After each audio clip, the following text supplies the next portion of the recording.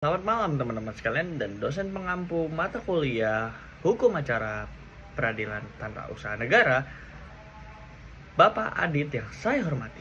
Izin memperkenalkan diri, nama saya Muhammad Abitor Revadrio, biasa dikenal sebagai Reva dengan NIM E1A024060. Hari ini saya akan memaparkan tugas dari apa yang saya analisis yang berjudul Analisis Yuridis Kepastian Hukum dalam pengangkatan Kepala Desa Kampung Jeruk berdasarkan putusan 2 nomor 2 G 2025 PT-UN BKL. Presentasi ini akan membedah bagaimana ambang batas kepentingan hukum itu diuji dalam sengketa hukum, dalam sengketa eksekusi. Baik, di sini adalah alur pemaparan saya. Akan menjadi 3 bagian besar. Yang pertama yaitu pendahuluan yang berisi latar belakang sengketa.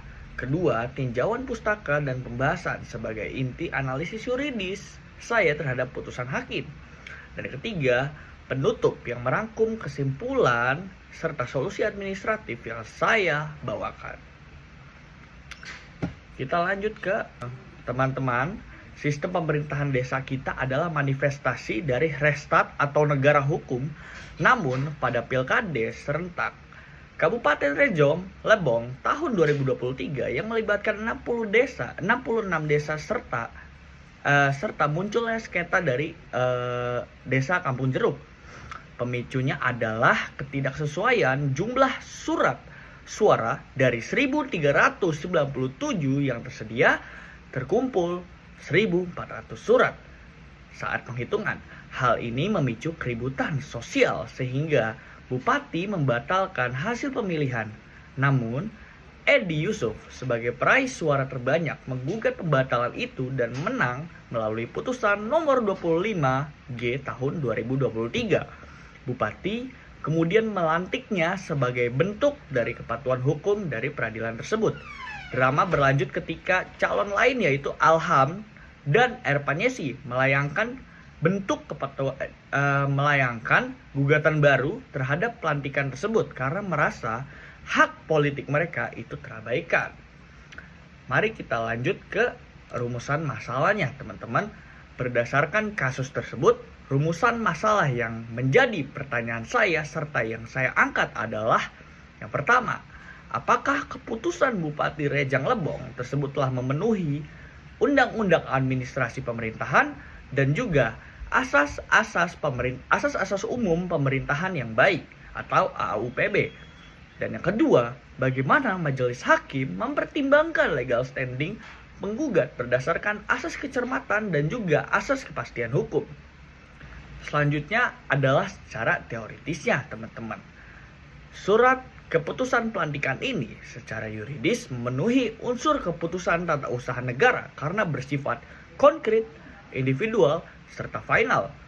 Namun secara spesifik ini adalah keputusan yang bersifat eksekutorial sesuai pasal 2 huruf E Undang-Undang Nomor 9 Tahun 2004. Keputusan ini dikeluarkan untuk melaksanakan putusan pengadilan yang tidak dapat digugat kembali atau bersifat ingkrah. Hal ini bertujuan menciptakan imunitas administratif agar kepastian hukum tetap terjaga dan sengketa tidak berlangsung berulang-ulang.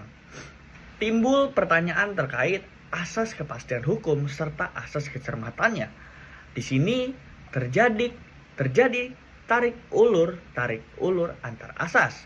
Penggugat mendalilkan pelanggaran asas kecermatan karena adanya selisih 3 suara yang entah dari mana datangnya, entah dari mana asalnya. Namun, di sisi lain, Bupati wajib menjunjung asas kepastian hukum dengan mengeksekusi putusan pengadilan yang sudah ingkrah atau sudah tetap. Dalam hukum administrasi, kepatuhan pejabat terhadap lembaga yudikatif merupakan manifestasi tertinggi dari kepastian hukum, sehingga dalil ketidakcermatan Bupati dalam hal ini dianggap tidak relevan oleh hakim. Kita lanjut. Hakim dalam putusan ini menggunakan prinsip intelektual yaitu point de interest, point de action atau no interest, no action. Tidak ada kepentingan, tidak ada hak gugat. Hakim menilai tidak ada hubungan kausalitas atau sebab akibat yang nyata antara kerugian penggugat dengan pelantikan Edi Yusuf. Secara data, Edi Yusuf meraih 489 suara, sedangkan penggugat 1 dan penggugat 2 itu di bawah dari Edi Yusuf. Hakim berpendapat bahwa seandainya pelantikan Edi Yusuf dibatalkan, tidak serta-merta membuat penggugat berhak dilantik. Karena tidak bisa membuktikan kerugian langsung, penggugat dinyatakan tidak memiliki legal standing atau kepastian hukum. Kita langsung lanjut ke alternatif pemecahan masalah dan solusi administratif dalam sengketa desa ini. Berdasarkan apa yang sudah saya analisis serta sependek pengetahuan saya menawarkan 3 solusi. Yang pertama, itu adalah peningkatan mekanisme audit. Verifikasi yang transparan di tingkat kecamatan sebelum hasil tersebut dapat disahkan. Yang kedua, regulasi teknis yang jelas. Penguatan aturan mengenai ambang batas kesalahan administratif melalui peraturan daerah. Dan yang ketiga, digitalisasi proses pemilihan. Implementasi teknologi dalam Pilkades untuk mengeliminasi kesalahan manusia seperti selisih surat suara. Selanjutnya, yang menjadi inti dari permasalahan ini juga merupakan posisi kasus serta konstruksi kerugian hak politik para penggugat. Para penggugat merasa kehilangan peluang dan ruang partisipasinya. Namun, dalam sengketa eksekusi ini, pengabaian partisipasi yang mereka dalilkan dianggap tidak dapat membatalkan kewajiban eksekutoral si bupati. Hal ini menjadi pelajaran bahwa sengketa mengenai proses pemilihan seharusnya sudah tuntas di sengketa pertama, bukan saat tahap pelantikan. Teman-teman, mari kita bedah argumen para penggugat dari kacamata Undang-Undang Nomor 30 Tahun 2014 tentang Administrasi Pemerintahan. Para penggugat mendalilkan bahwa bupati telah melanggar asas kecermatan dan asas keterbukaan. Kenapa? Karena jika kita merujuk pada pasal 7 ayat 2 huruf F Undang-Undang Nomor 30 Tahun 2014, pejabat pemerintahan wajib memberikan kesempatan kepada pihak yang berkepentingan untuk memberikan keterangan sebelum keputusan ditetapkan. Para penggugat merasa mereka dilangkahi karena mereka adalah kontestan Pilkades yang sah, namun tidak dilibatkan dalam proses sebelum pelantikan Edi Yusuf. Dalam